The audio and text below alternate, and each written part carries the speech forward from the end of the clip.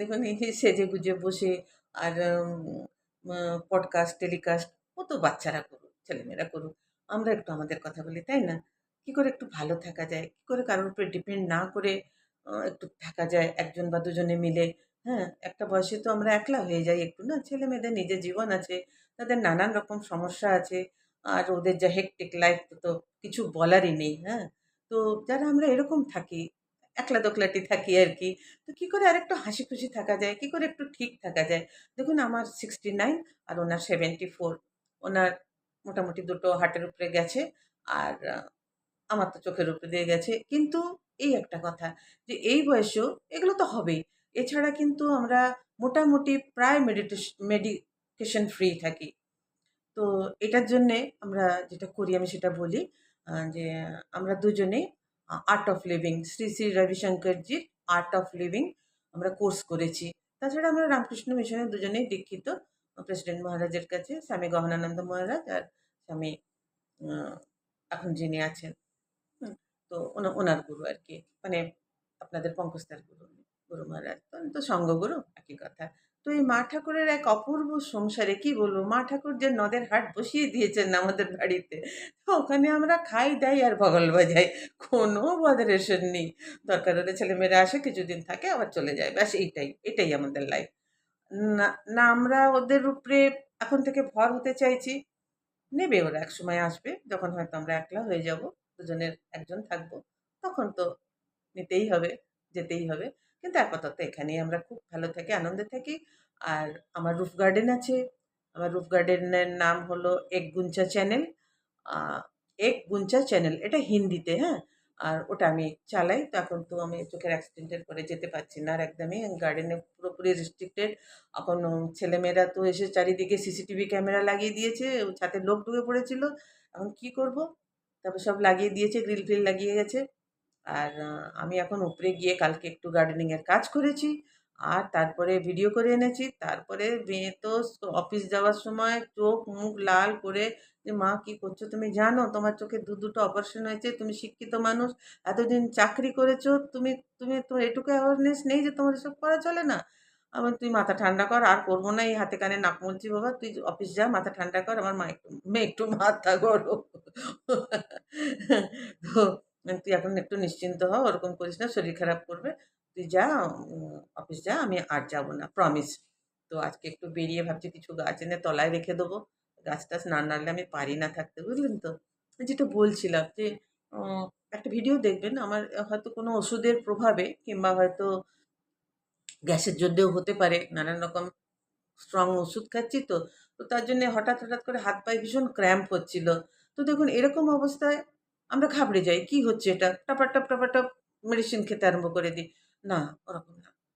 আমরা একটা ওই আর্ট অফ লিভিং থেকে শিখেছি। ওগুলো ওখানেই আমরা সব যোগ, প্রাণায়াম আর অ্যাডভান্স মেডিটেশন এই ৩ টে আমরা কোর্স করেছি। We both are very trained person. আম তো যাই হোক, তো ওই অনুলোম-বিলোম আমি দেখিয়েছি ভিডিওটায়। সামান্য ১০ মিনিট করে নিতেই আমার ক্র্যাম্পিং টা কমে গেল। আর তারপরে আমরা একটা করি যেটাকে সুদর্শন ক্রিয়া বলেন। ওটা শুধু গুরুর সান্নিধ্যেই করা যায়। উনার থেকে নিতে হয় ওটা। অ্যাটেনমেন্ট যাকে বলে। তো তাছাড়া আমি রেইকিও করেছি। তো প্র্যাকটিস করি না আরকি। এত পারা যায় না তো। আ যাই হোক আমি হিলিং করি আরকি। দরকার পড়লে কাউকে পার্সোনালি হিলিং করি। আ তবে আমার সবকিছুই মা ঠাকুর আর যজ্ঞানেই বিশ্বাস। আর তারপরে এই আর্ট অফ লিভিং এর আ যে আমরা অ্যাডভান্স কোর্স গুলো করেছি সেইগুলোই। মাত্র সারাদিনে মাত্র ১৫-২০ মিনিট। ১০ মিনিট আপনার ওই সুদর্শন ক্রিয়া বলে একটা আছে। কিচ্ছু না যেখানে সেখানে বসে হালকা একটু শ্বাস নেবেন, শ্বাস ছাড়া এছাড়া কিছু না।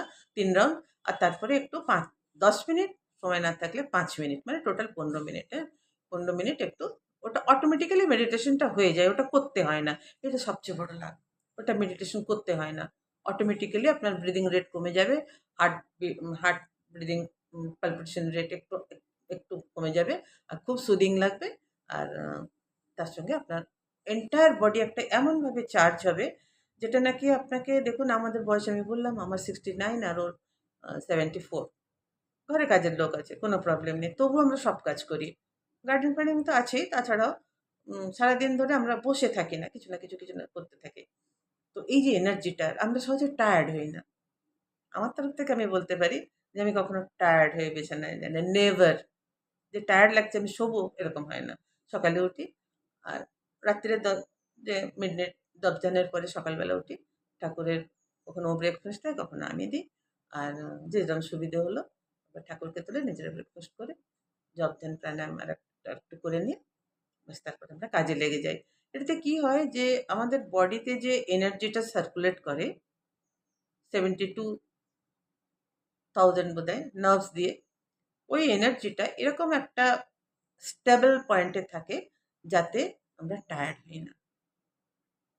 এনার্জাইজড হয়ে থাকি। যাকে বলে যেরকম ব্যাটারি চার্জ করে, বডিটা ওরকম প্রত্যেকদিন সুদর্শন ক্রিয়ায় চার্জ হয়। যদি এ বিষয়ে বিশেষ কিছু জানার আছে আপনাদের, কাছে পিঠে আর্ট অফ লিভিং সেন্টার আছে কলকাতায়, যথেষ্ট আছে। গুরুজি যান ওখানে, শ্রী শ্রী রবিশঙ্করজি। ওখানে একটু দেখে নেবেন, জয়েন করতে পারেন, এমন কিছু ব্যাপার না। ফার্স্ট ফার্স্ট যখন করবেন একটু ওরা চার্জ করবেন। আর তারপরে পৃথিবীর যেকোনো জায়গায় আপনি যেখানে ওদের কোর্সটা চলবে, আপনি বসবেন, খালি বলবেন আমি আর্ট অফ লিভিং এ করেছি। বললে ওটা পুরো ফ্রি আপনার। আর ওরা কোনো চার্জ করবে না। অ্যাডভান্স কোর্সের জন্য চার্জ করবে। বাট এমনি নরমাল যে ওটাকে বলে নরমাল বেসিক যেটা, ওটা ওরা আর চার্জ করবে না। আপনি রিজেনারেট করতে পারেন। যেকোনো সেন্টারে গিয়ে নিজেকে খালি বলবেন যে, "আমি আর্ট অফ লিভিং করেছি। আমি একটু রিজেনারেট করতে চাই।" ওরা জয়েন করতে দেবে যেকোনো কোর্সে। তো আর বিষয়ে যদি জানতে হয় আপনার তো ChatGPT র যুগ, কেউ কাউকে জিজ্ঞেস করে না, সবাই জেনে নেয়। তো এই হলো কথা। যে আসুন না সবাই মিলে একটু ভালো থাকা যাক। আর ছেলেমেয়েগুলোকেও বড্ড হেক্টিক লাইফ। কি একটা দুনিয়ায় ছেলেমেয়েরা আমাদের আমরা ছেড়ে যাচ্ছি। ওরা একটু আমাদের জন্য নিশ্চিন্ত থাকুক, ভালো থাকুক।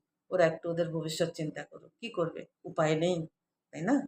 আমরা ওদের কি দিতে পারছি বলুন? একটা যদি ভালো জীবনযাপন করানোর জন্য একটু সাহায্য করে দিতে পারি, ওটাই ওদের জন্য অনেক। আর তাছাড়া এতটা বয়সের আমাদের যে সম্পদ, ওটাও একটু দিয়ে দেবেন ওদের। শেয়ার করে দেবেন। ওদের খুব ভালো হবে ওতে। আসি? হ্যাঁ? একটু চা খাবো। অনেকক্ষণ হয়ে গেছে। এ এই সুদর্শন ক্রিয়া করব বলে চা খাইনি। করা খাওয়া চলে না। একটু হালকা পেটে করাই ভালো। আর যদি ব্রেকফাস্ট করেন তো ০.৫ ঘন্টা পরে করলেও চলবে। আর সারাদিনে যখনও করলেই চলে। তবে সকাল থেকে রাত ৮ টার মধ্যে। তারপরে আর করাটা উচিত না। অনেক বডি এনার্জাইজড হয়ে গেলে রাত্তিরে ঘুম আসবে না। রাখি? ভালো থাকুন, হ্যাঁ? আর হাত বাড়িয়ে দিয়েছি, হ্যাঁ? একটু ধরবেন হাতটা। আমি এইজন্য বললাম দেখুন, হয়তো আমার কথা কেউ শুনবে, কেউ শুনবে না। কে শোনে বলুন? এই YouTube জুড়ে লোকে কথা বলছে। সবাই বেরিয়ে পড়েছে। এইজন্য বললাম যদি কারোর কোনো কাজে লাগে তাহলে আমার বলা সার্থক হবে। আসি? ভালো থাকুন, হ্যাঁ?